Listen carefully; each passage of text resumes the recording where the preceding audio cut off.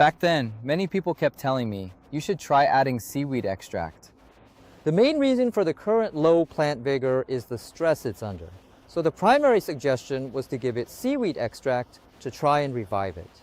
Then something caught my eye, seaweed extract and amino acid. Since it combined both, I thought, let's try it. That was why I first tried it.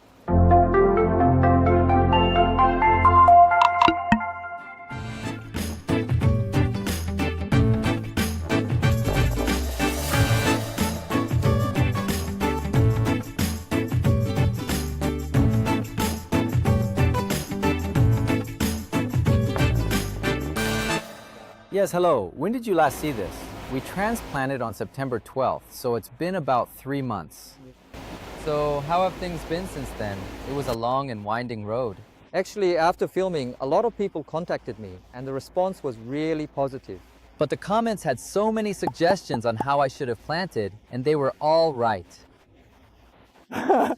Trying it out, I realized they were right, and I had a lot to learn. I'm still improving, but being a first-year farmer, I feel my shortcomings. After planting, it was a long and winding road with many tough times.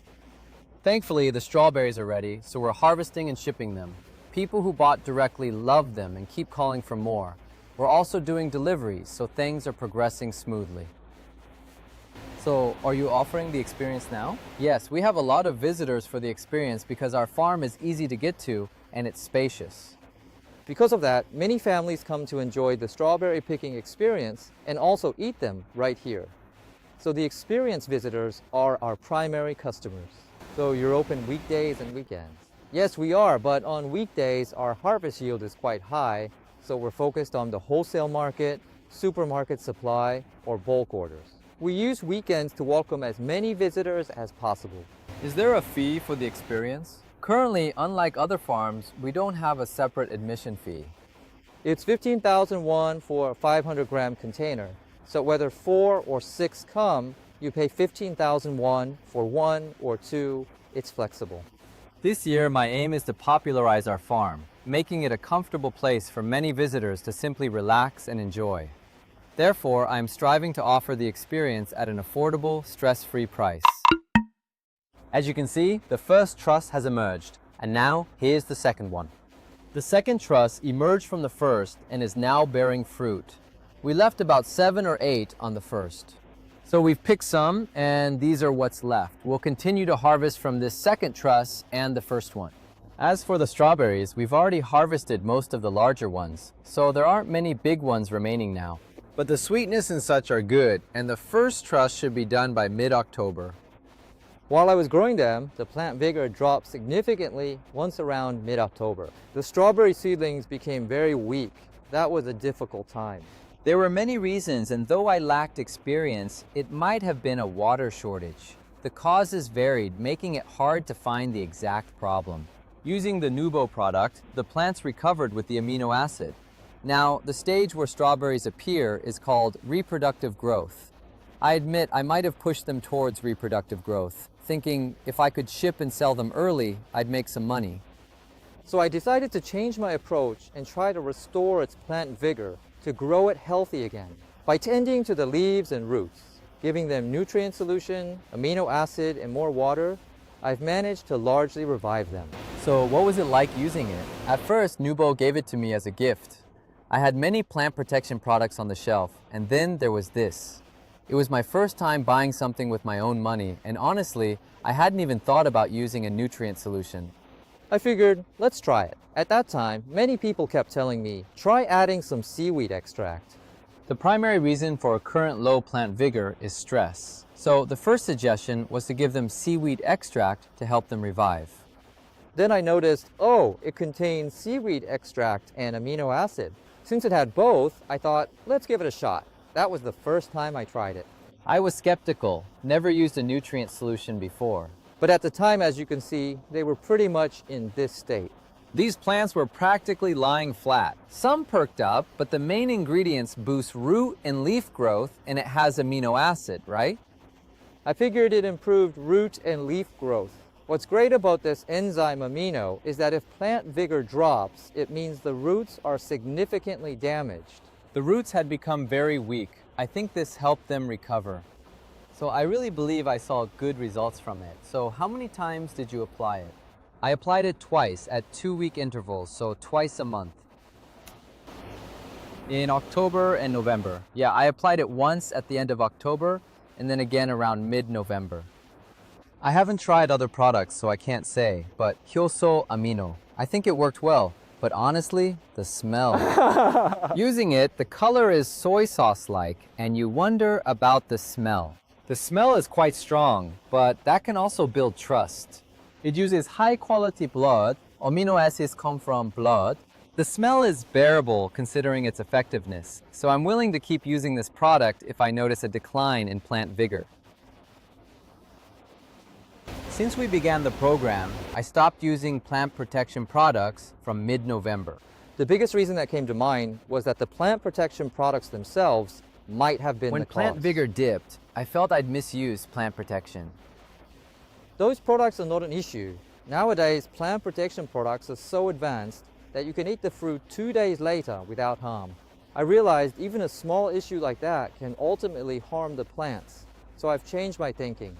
Honestly, I think eco-friendly farming for strawberries is difficult. I used to think that eco-friendly farming for strawberries could sometimes mean the farmer was a bit lazy. Still, knowing kids eat these, I'm managing everything with eco-friendly and organic materials from now on. We don't just do strawberries, I also make terrariums. Growing moss and plants inside a glass jar is called a terrarium. You grow your own plant inside a glass jar. What's appealing about it is that if you close the lid, the water and air circulate, allowing the moss and plants to grow naturally. It's truly an engaging hobby. The reason I combine these activities is, since I run an experience farm, I pondered how customers could best spend their time after picking strawberries. With my horticulture background, I thought, why not integrate terrariums? And that's precisely how it all started. Terrariums are incredibly popular now. I'm currently teaching workshops at schools, daycares, and continuously receiving corporate inquiries. Also, visitors come in groups or individually to participate in these experiences. It's amazing. Once you see it, you'll definitely want to try it. It looks pretty to you too, right? It's very... Yes, oh, they actually make these themselves. We provide them with instructions and the materials, and then they create them on their own. Visitors can actively participate and create these themselves. Currently, this specific area serves as our dedicated workshop space for these activities. Visitors who come here for strawberry picking can enjoy their freshly picked berries. And in the terrarium area, they can participate in classes to learn and experience making their own terrarium. There's a hinoki cypress play area and also a drawing station, so children can play around a bit. There's a drawing corner, so kids can draw, because honestly, the strawberry picking experience itself is over in about 10 minutes. So since it's over in 10 minutes, the message I want to convey is that I hope you come here, do the strawberry picking experience, and then relax and enjoy your strawberries. That's why I designed this space. The response has been great and many people are visiting. And as you can see, the view of the strawberry field from here is beautiful. Especially during the day. It's a bit late now, so the sunlight is different. Yes, it makes me happy. And honestly, seeing how much joy it brings to our visitors truly makes me happy as well. When you were transplanting, yes, I saw you on that day. Transplanting day was chaotic, wasn't it? We made mistakes then. I thought I was doomed. Even then it was hard, but a bigger crisis came. So by late October, when the plant vigor dropped, I actually thought to myself, will I even be able to give my daughters strawberries? Will I have to buy them for them? The crisis was huge. It was mentally draining, and I was utterly devastated. Back then, my only goal was to get strawberries, at least enough for my family to eat. It wasn't about a big first harvest. It was just to make them appear. So I lived on the farm day and night, giving nutrient solution, finding methods, seeking advice, and managed to revive them. Back then, my strawberries' first truss emerged early. So our first shipment was 10 days early. Even then, I thought, I did it, and got greedy, expecting more visitors. I figured that with online marketing and the exposure from Nousbo, more people would definitely come. And sure enough, many people did visit. However, The unexpected volume of produce created a second, even bigger challenge. How was I going to sell all of this? That was the real hurdle. But thankfully, I have people who really helped me out. I made my first wholesale market shipment, and with the supermarket supply, my first 10 packs, 6 of them had to be thrown out because they didn't sell. I was thinking, my strawberries are delicious, people like them, so why isn't this working? But the next time we supplied them, they sold out completely every day. The response is great now, yet just looking at the strawberries, I still have many worries. I worry constantly, but it's slowly improving. And since I'm facing these trials, I believe things will get better eventually. And for those just beginning, even when you filmed me then, I said it was tough. It's tough and very different from what I envisioned. I still feel more challenges lie ahead. Strangely, when a problem arose, it was resolved, creating an opportunity. This cycle has repeated.